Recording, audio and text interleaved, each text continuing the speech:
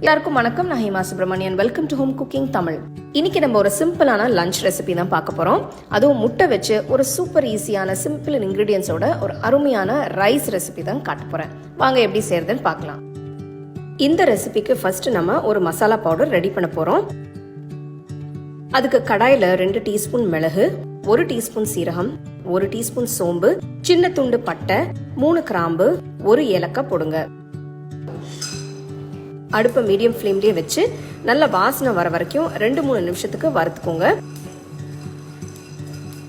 2 நிமிஷத்துக்கு அப்புறம் ஒரு பிளேட்டுக்கு மாத்திட்டு நல்லா ஆற விடுங்க. ஆறுனதும் மிக்ஸி ஜார்ல போட்டு நல்ல பவுடரா அரைச்சுக்கலாம்.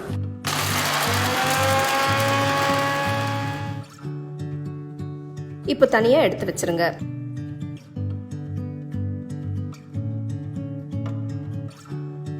நெக்ஸ்ட் கடாயில 3 டேபிள் ஸ்பூன் எண்ணெயை ஊத்தி அடுத்து 1 டேபிள் ஸ்பூன் பொடியா நறுக்கின பூண்டு, 2 பொடியா நறுக்கின பச்சை மிளகாய் சேர்த்து மிக்ஸ் பண்ணுங்க.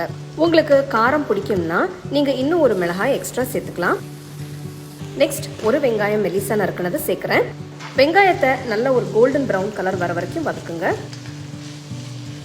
கொஞ்சமா கருவேப்பிலை ஆட் பண்றேன். இது ஆப்ஷனல் தான். நான் ஒரு நல்ல ஃப்ளேவருக்காக ஆட் பண்றேன். வெங்காயம் நல்ல ஒரு கோல்டன் கலருக்கு மாறினதும் 2 தக்காளி பொடியா நறுக்கினது போட்டு 2 நிமிஷத்துக்கு வதக்குங்க.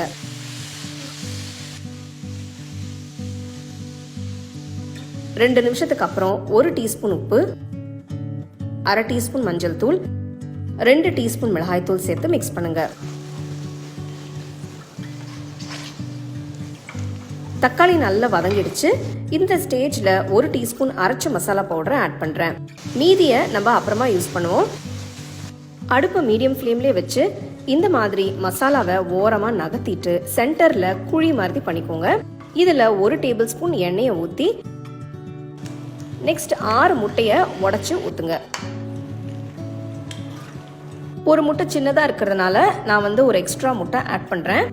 நெக்ஸ்ட் மேல கொஞ்சமா உப்பு, மிளகுத்தூள், அப்புறம் கொஞ்சமா மிளகாய் தூள் தூவி கடாயை மூடி வச்சு மீடியம் லோ ஃப்ளேம்ல 1 நிமிஷத்துக்கு வேக விடுங்க.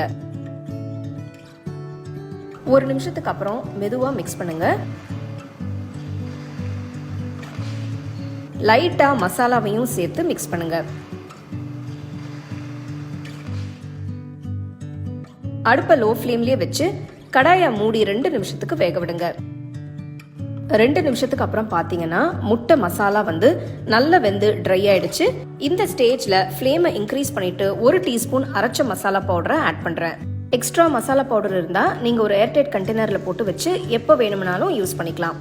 எல்லாம் சேர்த்து நல்லா மிக்ஸ் பண்ணுங்க. நான் 1 கப் பாஸ்மதி அரிசியை 1/2 மணி நேரம் ஊற வச்சு வேக வச்சு வச்சிருக்கேன். இப்போ வேக வச்ச பாஸ்மதி ரைஸை ஆட் பண்ணிக்கலாம். நெக்ஸ்ட் 1/2 கப் வெங்காயத்தால் பொடியா நறுக்கினதை சேர்க்கிறேன். ஒரு கிரன்ச்சினஸ்க்காக. உங்ககிட்ட வெங்காயத்தால் இல்லைன்னா நீங்க கொத்தமல்லியை பொடியா நறுக்கி கூட சேர்த்துக்கலாம்.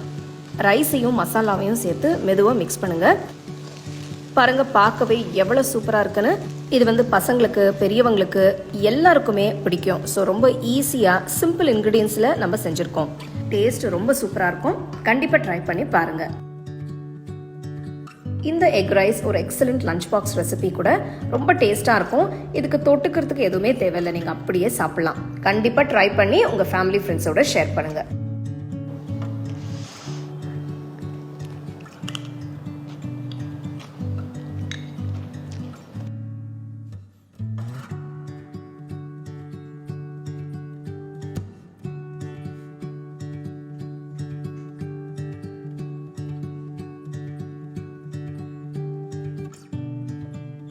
The second edition of our home cooking book is now available on our website 21frames.in. I'll give you the link in the description. You can go and check it out. The book is currently available only in India for now, so you can place your orders on 21frames.in.